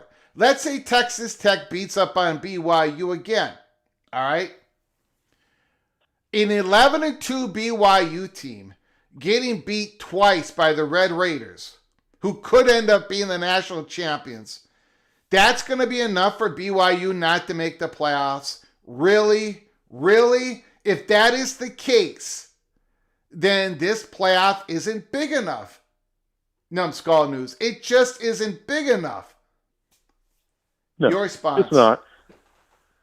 It's not. Plus, people have like an aversion to Mormons in the first place, which is unfair and unfortunate, but it's been proven throughout history. Yeah. It's been proven throughout history of college football that committees, selection committees, BCS people, whoever, don't think a lot of BYU, and they never have. And on top of that, they don't think much of the Big 12 anyway. So it's a double whammy for them, unfortunately. Yeah. And it's unfair because I think they can give a whole lot of teams a big run. But I will say this for the Tech and the BYU game. That was one game. Yeah. That was in Lubbock. Yeah. It was in Lubbock. Yeah. And when you're talking about BYU, you're talking about the best special teams in the Big 12, possibly some of the best special teams in the country. And they were bad in that game. That was their worst special teams outing of the season. But Bear Bachmeier, on a neutral site. Bear Bachmeier could not be Superman against the Red Raiders because of that defensive line of Bailey and Hunt and Rodriguez was tracking him down.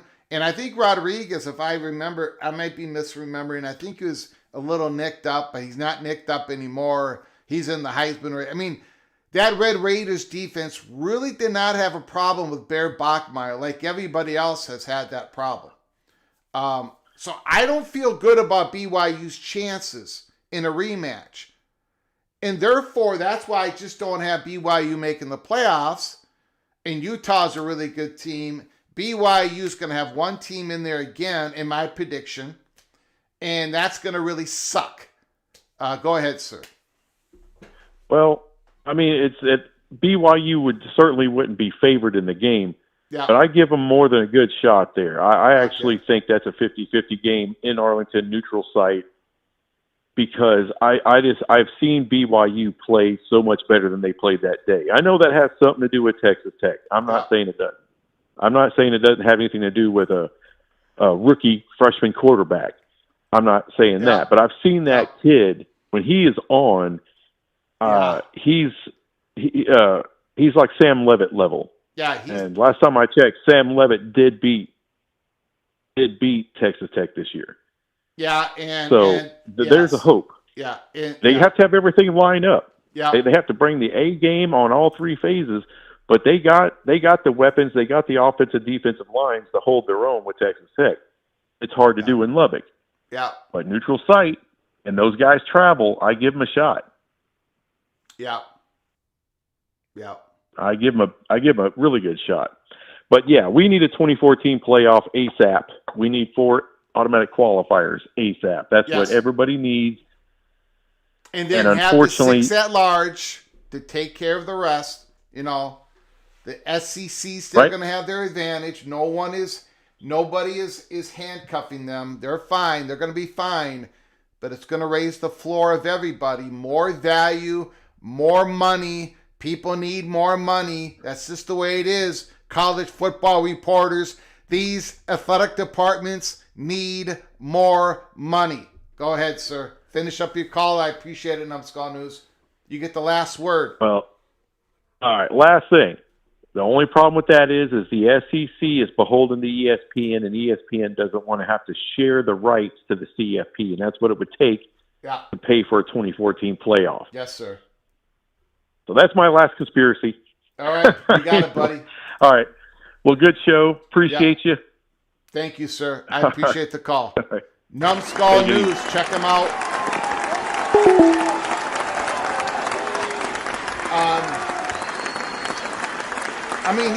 Numbskull News, of the many good points he brought up, I mean, where is that? I lost it. About Alabama. Call from Replica. Can you hold on for just one moment, please? One moment, please. I appreciate it, sir. Nicole Auerbach, the CFP chair. You look at the losses of Notre Dame versus the losses of Alabama, and that was really one of the defining metrics that we used. Highlighted how lopsided the Florida State-Alabama game was and how Alabama struggled to run the ball and still struggles to run the ball. So that is why Notre Dame is a little bit ahead of Alabama in these rankings. I thought Alabama was going to be ranked 9, Notre Dame 10, but they had now Alabama's going to be okay. If they win out, they should be okay. except for if you get some crazy stuff like Michigan beating the Buckeyes or potentially BYU defeating Texas Tech and everything remains the same. But Alabama should be okay as the 5th SEC team in the playoffs. Replica, Mr. Longhorn, thanks for calling. The floor is yours. It's been a while. How you doing, Greg? I'm doing good, sir. How are you doing? Doing pretty good. Glad to hear it. If that November air is getting very thin, the stakes are being raised. Yeah. And we are in for anarchy these next 3 weeks. Yes, we are, sir. And I'm here for it.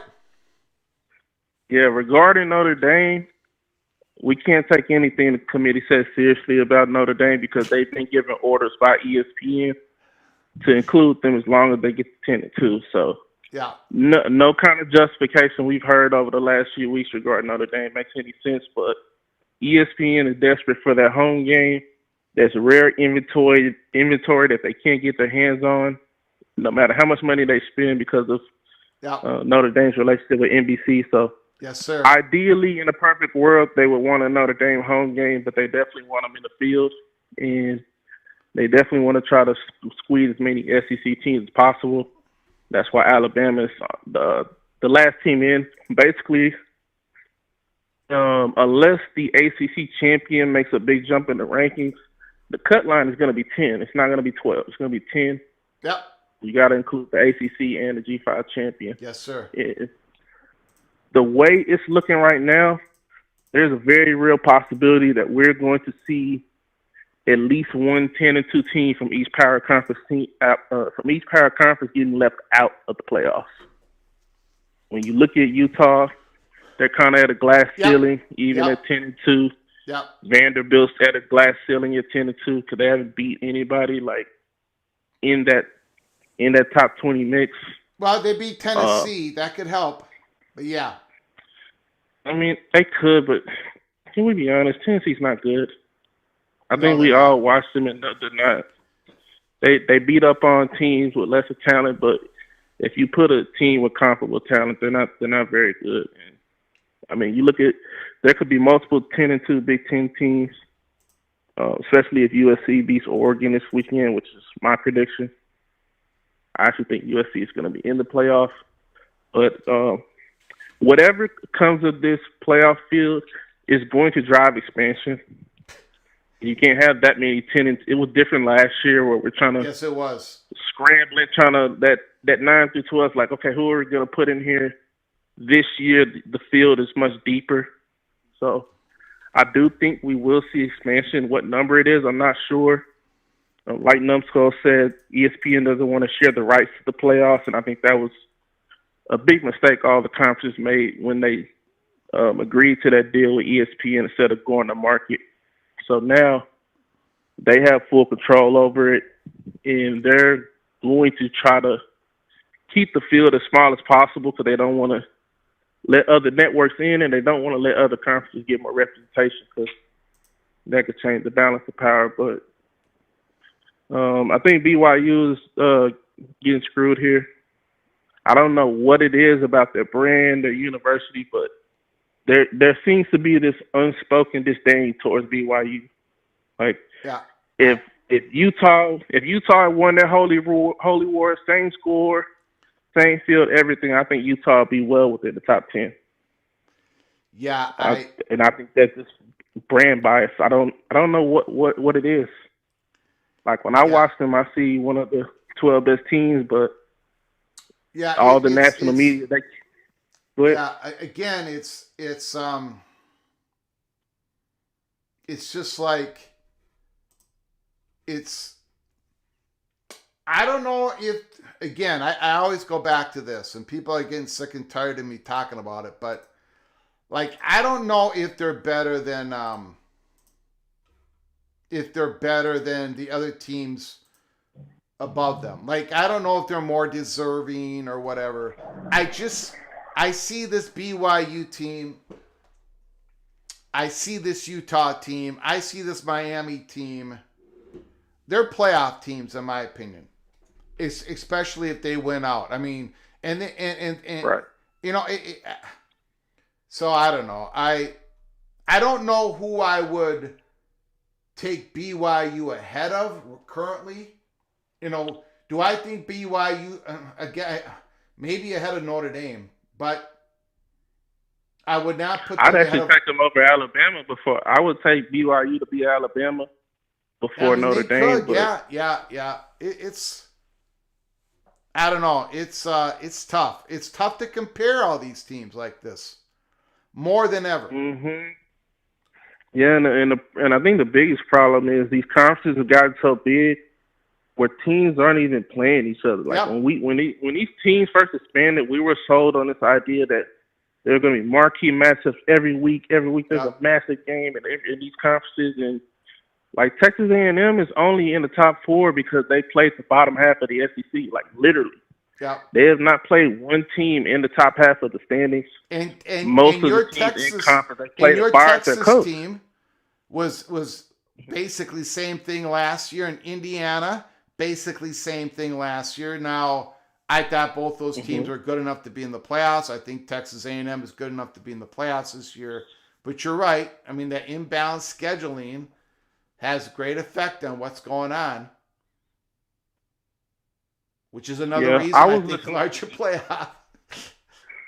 Yeah, I was listening to Joel Klatt the other day, and he suggested a good idea. Like, if you finish at the top of your conference, you should have a tougher schedule the next year, similar to how the NFL does when you win your division, you play a first-place schedule. That's the only way to keep things fair, because other than that, it's just a game of roulette. You're just leaving things to chance, and we can't have consistently where teams aren't playing each other. But it's a lot going on with the CFP right now. I think it'll work itself out, but I do think we are most likely looking at, I would say, at least one team in every power conference with 10 wins being left out, and that's just assuming it's chalk. Like if Michigan beats Ohio State and USC beats Oregon, all bets are off. It's going to be so hard to pick 12 teams out of that bunch, and I'm praying for it, baby. I am praying for massive chaos. Before I lay my head down on my cold pillow, I'm gonna get down on my knees. The fat guy from Minnesota is gonna get down on my knees, bedside, and I'm gonna pray to the maroon and gold God of the sky, who hasn't been listening to me this year, by the way. But I'm gonna pray to him, and I'm gonna say, chaos, chaos, chaos. Amen. Let's go. Yeah, I'm definitely here for it. But wow, we're in store for a lot of these next 3 weeks. So I'm eager to see how this all shakes out. But I'm hoping that they do the right thing as far as who deserves to be in. Yeah. I don't think we should be seeing any 3-loss teams in the field this year. Yeah. I don't think if you lose your conference championship game, you should be penalized unless it's a blowout. Yeah. If it's a 59-0 like Ohio State did all those years ago, that's different. But if the game is competitive and you're already in the field, you shouldn't be dinged. But All righty, sir. All right, that's all I really had. I appreciate a replica. Call again, my friend. Okay? All right, sounds good. You got it, buddy. It's going to be a crazy off season this year. I need replica. I need everybody. It's going to be crazy. Great call, replica, once again. Son of Sarah, again, I love you, my friend, but I don't agree with you. Field is deeper, but with mediocrity, I don't see mediocrity. I see very good football teams that have one unit or a couple of players that are special, and I want to see them in the playoffs. I do. I think there's a lot of special. I think it's deep. I think it's deep with a lot of very good teams. In my opinion. Just my opinion. We've got a super chat. Buckwire, go!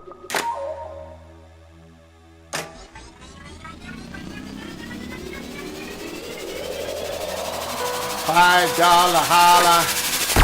Buck Wargo, if SEC won't give up the conference title game, the only thing they may go for is an 18 teams 4-4-2-2-1-5.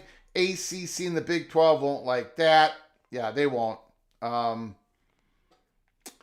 I think, I've gone through this a million times.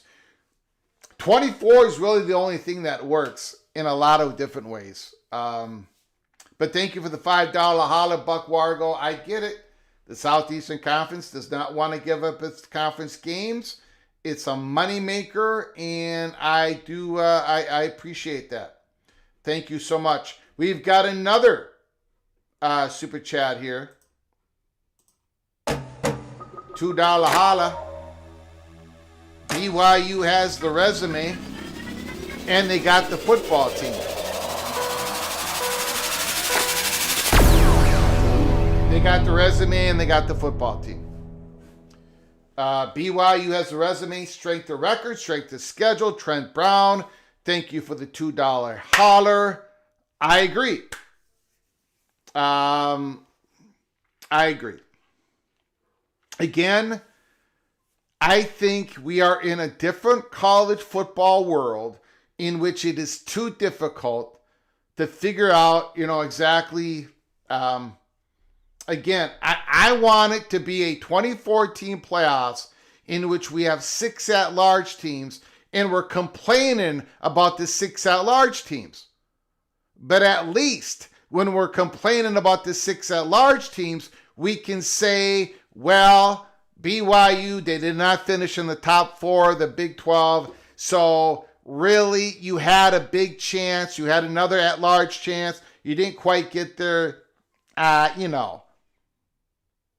But in this world, you come in second in the Big 12. You go to the Big 12 championship game. Your only loss is to the Texas Tech Red Raiders, this team which could win it, that could win it all, and you're not good enough to make the playoffs because you don't quite.